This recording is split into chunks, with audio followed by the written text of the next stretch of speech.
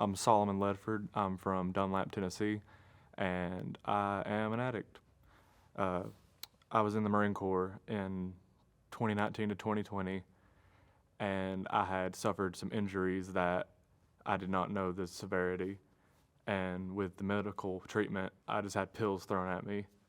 And so I was taking pills for a problem I didn't know what severity, and it was 1,800 milligrams a day, and I got hooked so fast and I didn't even realize at the time. On top of that, I also combined it with alcohol, and it was every night I would have a concoction and a cocktail of pills and alcohol, and I didn't even realize how far into it I had actually stepped. And it was about a 8-month process of just every night just not caring for myself and falling into that hole in that little pit. And I actually had some mental health problems that it really affected me to the point that I needed to be hospitalized for my well-being. And it was a week process of getting a little bit of a detox. And that was the beginning of me realizing that I had a deeper rooted problem. And eventually I get sent back home in June of 2020. And when I get home, I don't realize how much it has affected my relationships. And so I was sent home with medicine and a prescription that kept running, and I was taking the medicine. I had $14 in my bank account when I got sent home, but I still found a way. I would borrow money from people. I would steal a 20 here, a 20 there from my family just to pay for my next fix. And it got to the point that at one point I just ended up in a field, and I knew like something had to give. So I went and I got to talk to some people and had another mental health stay, and I was able to consult with my care team that I needed to have something to release. And I was able to get a treatment plan, and slowly but surely was able to get to a better ground that I was able to have some release, like I was mentioning. And it's been a very long process, but I've been able to rekindle a lot of my relationships that I had a supportive family, but I was pushing them away and I was lying to them and putting on a facade. But nowadays, it's been 2 years since I've actually been sober, and everything has had a new relationship be formed. I can't go back to what I was, but I can rediscover what my identity is and start from here and reintroduce myself to my family. What was the original injury?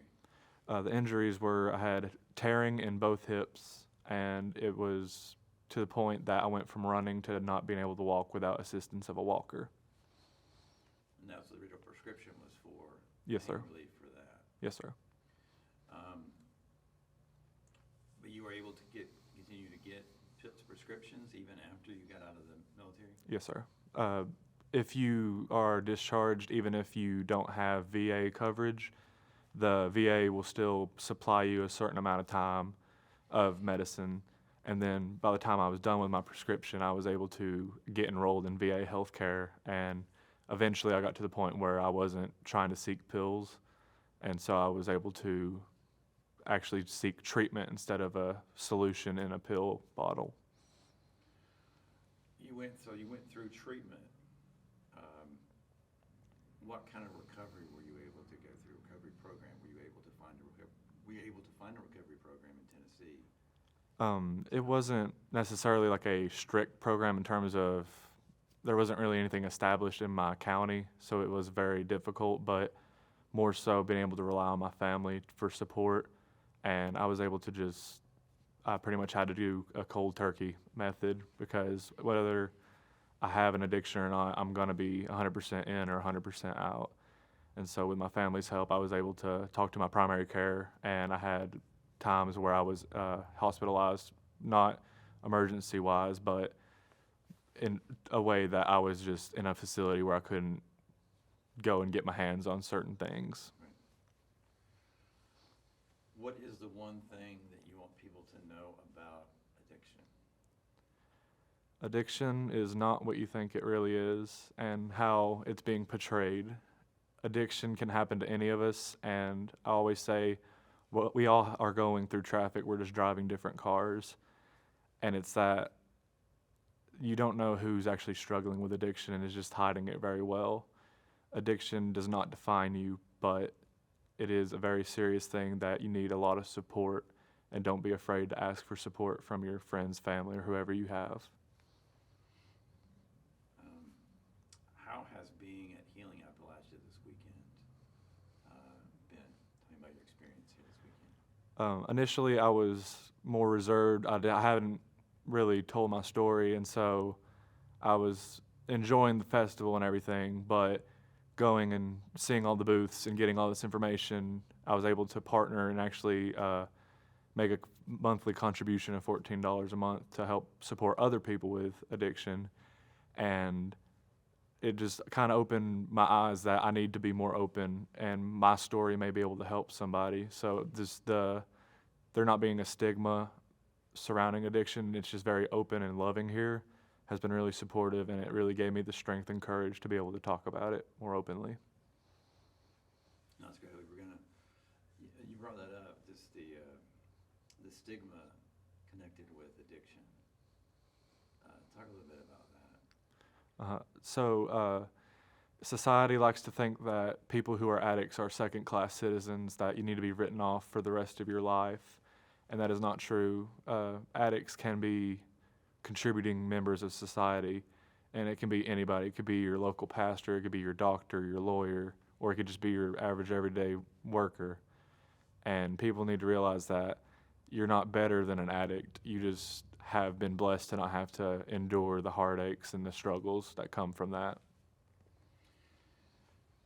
Is there, does the VA offer anything as far as any kind of support for drug addiction?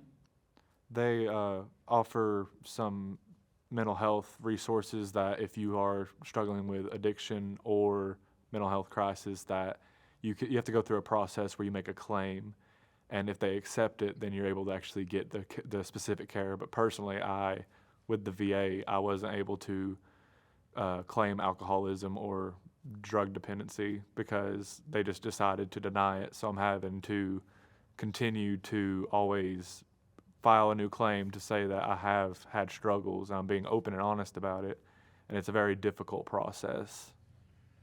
And that's just to file a claim, just for support, like support groups or anything like that, as far as the other guys that you serve with, because you're not alone. There are other guys, men and women, that you serve with that are going through the same things. More so in my local community, like a VFW or a American Legion that's not associated with the VA. That's more of a realistic outlook of what veterans are to support each other. And my local VFW and American Legion have been very supportive, and they're a very close-knit group of people. That's great. So you've been able to talk to other veterans. Yes, sir. That are also dealing with abuse or addiction. Yes, sir. That's great. So you've been able to, how does that work? Do they have, you have meetings, annual meetings, or is it like almost like an AA meeting where you always get together and talk and supporting each other? There's a monthly meeting where you just address any problems or any fundraising things that you need, and there's kind of an understanding that if you need to talk to somebody, just grab someone and go to another room, and they'll all be there for each other. My current employer is actually former Navy, and I'm a very big appreciator of him for how he's been in terms of just checking on me, making sure that I'm doing good. And it means a lot that I can just always confide in him as a friend and also a boss. So he's aware of what you've been through. Yes, sir. That's great. It's great to have a boss that's supportive. Yes, sir, it is. Support's everything. Whenever addiction it tells you a lie that you're alone when you're not really. Even if you don't have a support group, you still have people who have been in similar situations. That's great. What caused you to seek treatment in the first place? I'll talk to David. Sorry.